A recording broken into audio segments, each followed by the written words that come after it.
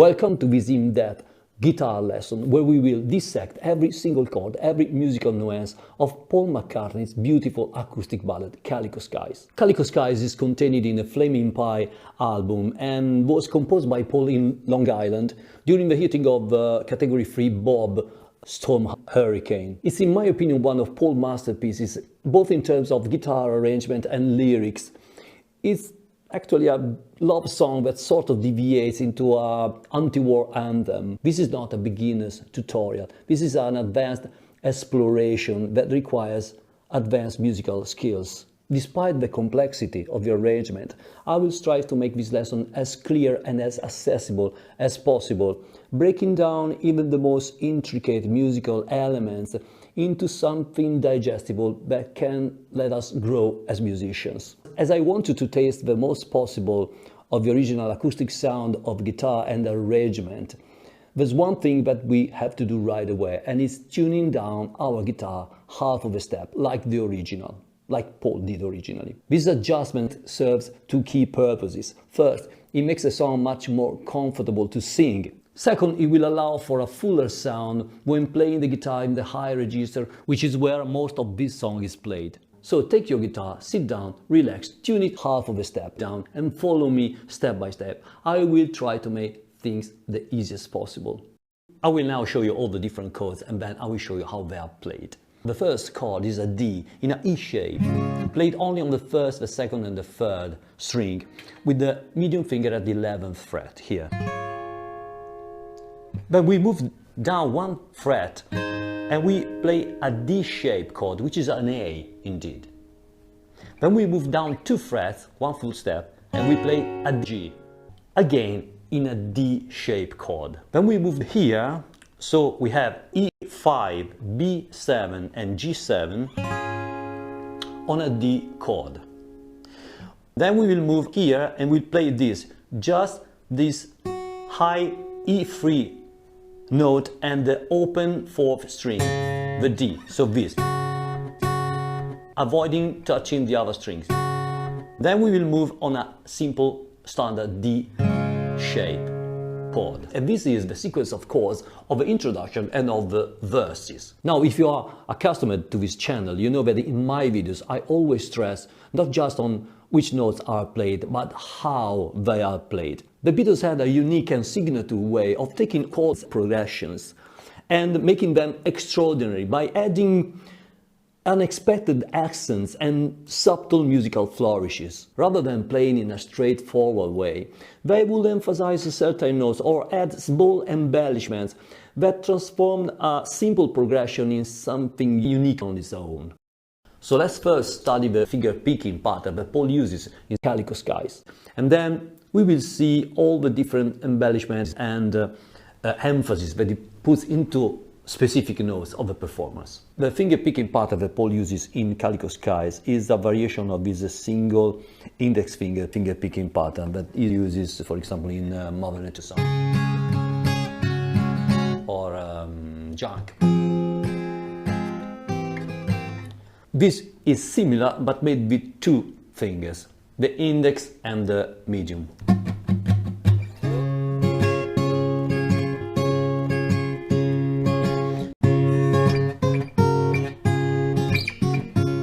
This will help us producing specific emphasis that Paul puts in some of the chords.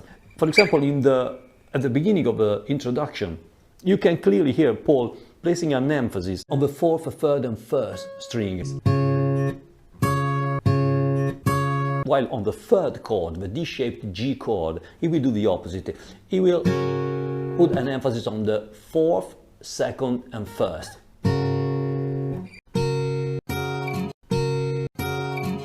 Which is different than playing, okay, it's exactly like the original recording. These are just stuff that embellish the whole performance, creates variation, it creates interest, because variation is the opposite of boring. When he moves to the D here, he slides there, this way. And when he plucks it with the index finger, it doesn't hit all the strings, but just the second, third and fourth string. And then he moves here on E3 open D string, and then on the D. So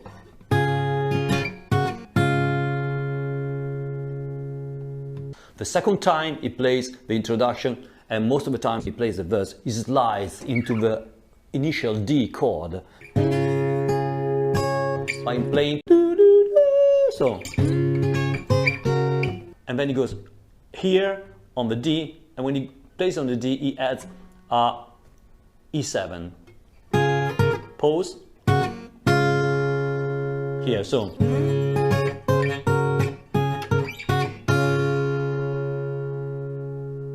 the whole thing is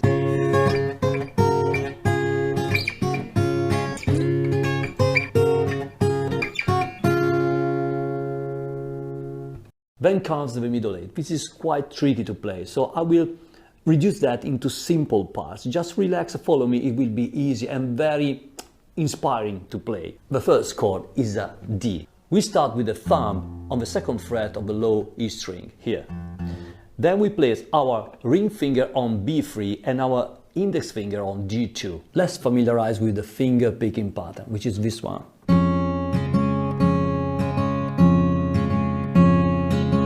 Very slow.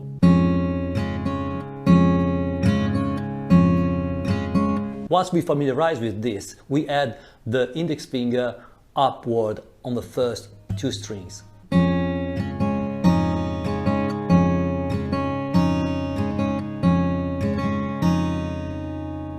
Then we move to the next chord, which is a G. We place our medium finger at E3 on the low E string, and we place our ring finger at B3. With our medium finger, we are muting the A string, and we repeat the same finger picking pattern. So both chords together.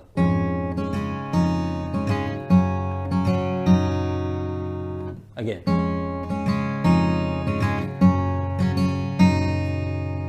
Then we will have to play a very quick lick with our thumb. It will have a strange tempo, but let me show you how it goes. It goes like this.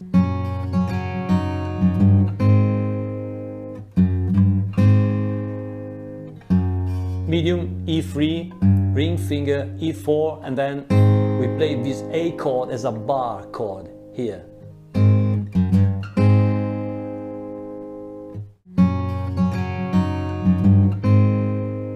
After the A, Paul plays this.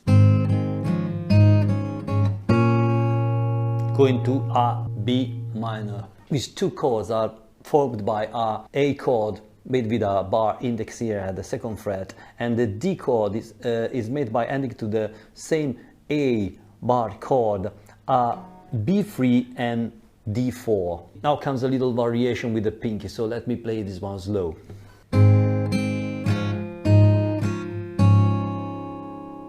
And the strumming is again, and then it goes to the B minor. We strum again as before.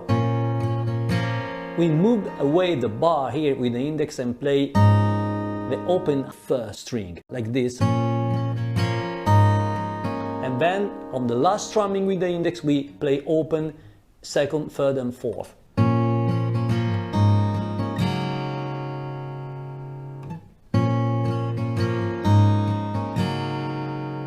We go again to the G as before. We repeat the whole thing and we go to the D chord with a slide. By sliding the medium and the ring finger, but not the index. So it's not, but it's this. There are a few variations that Paul plays during the song. One is in the middle eighth part. The first time he gets into the middle eighth part is the one that we saw before. So when he starts from the second string, the B string, The second time he plays this part and the third time he plays this part, he gets into the part in a different way. He plays this.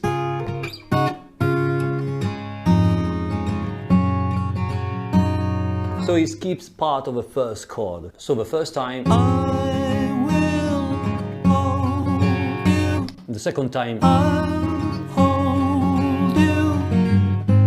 At the end of the second middle eight and the third middle eight, Paul goes straight into the slide on the D up here. So, and in the last part, he plays this twice.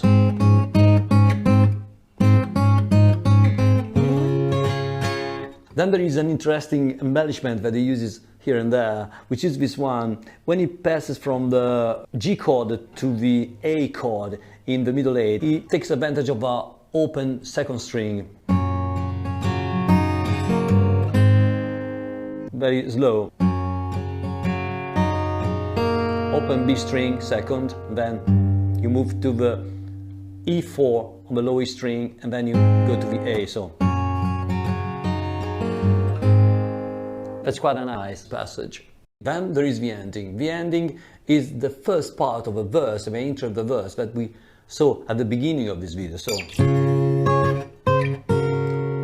until here to this D that we play again by putting an emphasis on the second string this way. And then we go back to the A chord here, and then we play the initial D chord by putting an emphasis on the third string here. So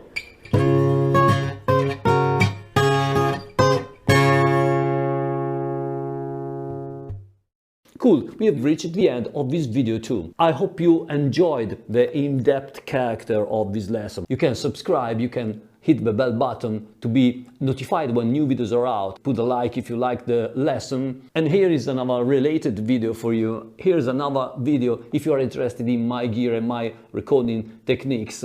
And here below is the link you can click if you want to support the channel. So have a fantastic time and see you next. Ciao!